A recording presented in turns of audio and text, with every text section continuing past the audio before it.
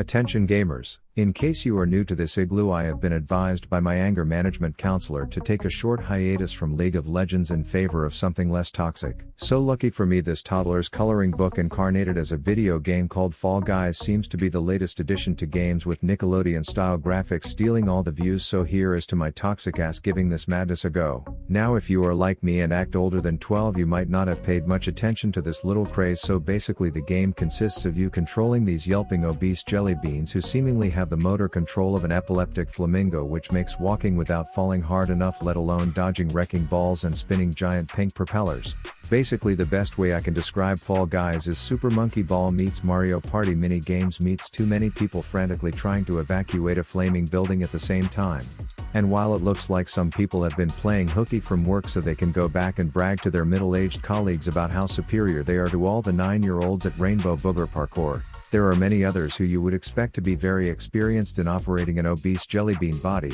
who just can't seem to get a win. And my initial reaction to this chaos was that it was more about RNG than anything else, until I handed my wife the controller and witnessed a spectacle similar to watching a newborn baby try to solve a Rubik's Cube.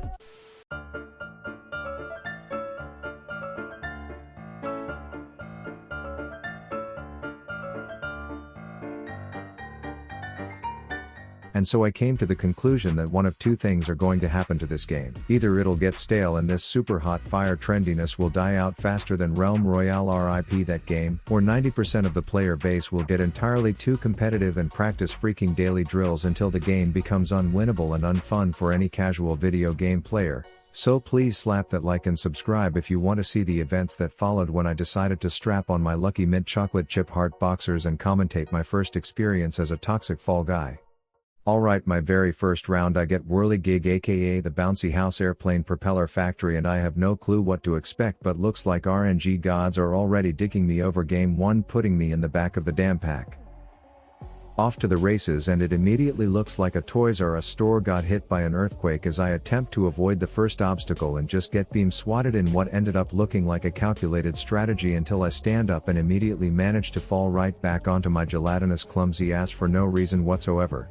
That said, I persist and get to this wall where I see this savage Barney pulling himself up, only to realize I don't know how the hell to do that, so I just resort to getting curb stomped and pissed on by the mob of mouth breathers behind me instead. We catch up a bit and I opt to not go on the treadmill of randomness and choose the safe route, as some little chode Barry Bonds has the audacity to give me a horse collar, so I quickly revolt to let him know that shit won't fly with this green beam. Then I focus up, nail the last jump and run up to the finish line before giving this striped pigeon a little pep talk that he needs to finish now or he won't qualify, and bam, my first round off to a pretty flawless start. The next round consists of picking your favorite fruit or some shit, but I quickly realize that others know what they are doing and just brainlessly follow their lead. Another easy dub and I am already making a name for myself, but unfortunately that little twerp T-baller bag of crap is still in the running as well. Then we get to this tail fetish festival of a game where having a raccoon tail stapled to your ass apparently turns you into a wanted felon, and this is also when I discovered there are freaking team-based rounds in this game, which pissed me off, because if I wanted to have a group of idiotic piss sniffers trip over each other and make me lose, I would just go back to playing League of Legends. And to make matters worse, I had my nemesis Griefing Gary on my team, so I wasn't even sure if I wanted to win at this point, but I fought the temptation to purposely throw by making sure that any punk-ass bitch who grabbed this golden tush gave me back what was mine, and to my surprise we were tied for first with 10 seconds left, but thanks to your typical team throw and some pink pineapple hitting me with some buzzer beater bullshit, I get my first fat elim. So I queue up game 2 thinking it can only go up from there, stomp the first 3 rounds, and casually I'm about to qualify to the finals by playing this follow the yellow brick road nonsense, and despite some dick apparently already cheating in this game and a freaking hot dog not minding his own damn personal space, it's going smoothly until I learn the hard way about the final jump, which crushes my hopes, so I just dramatically look away from all the winners while holding my L.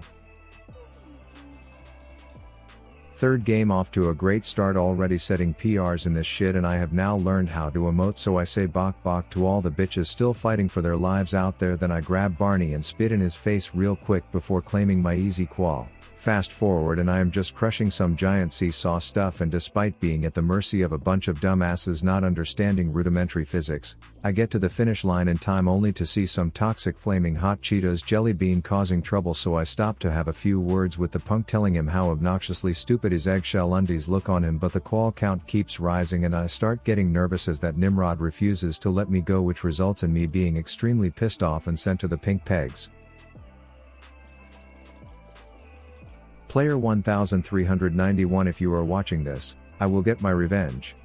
And for a brief moment, this brought out the toxic League of Legends player inside of me, where I no longer cared about winning myself, as I was just more concerned with completely ruining the experience for the others around me, and unfortunately this fat midget Captain Jack Sparrow received the worst of it.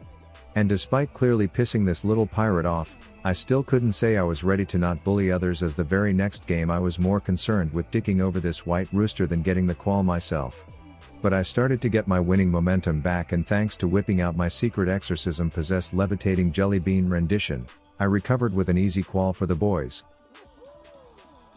Then I get put into another team game, oh joy, and I decide that if one team gets eliminated and the other two go on, I will just hardcore dick over one of the teams. So while the goal is to collect eggs in your own corner, I run over to the ratchet ass red boys' cute little operation with the goal of tossing all their hard work away, but my initial coordination trying to jump shot these little spotted shitters is off as I fail miserably, but fear not, like any determined douche canoe, I eventually find my stride and start rapid firing these eggs like it's a breakfast diner, and thanks to this asshole-ish strategy, the red boys get retired. This puts me in the hop or drop swirling shitter, and honestly I quickly get bored thinking this round is too easy, so I come up with the brilliant idea to grab this pink fox hoodlum and pin him down to get green beamed, but turns out karma is a total bitch and I get sent down to jelly bean hell. And apparently the universe wasn't done punishing me yet, as the next round I got stuck in pillar limbo and straight up propeller fucked for a good 20 seconds straight, but somehow I still made it to the finish safely and decided to put on my douche undies again, thinking that with one more spot left to qual I would try to body block people from making the last jump, until Pajama Fox just plowed through me with sheer determination, so I quickly made like a titty and bounced.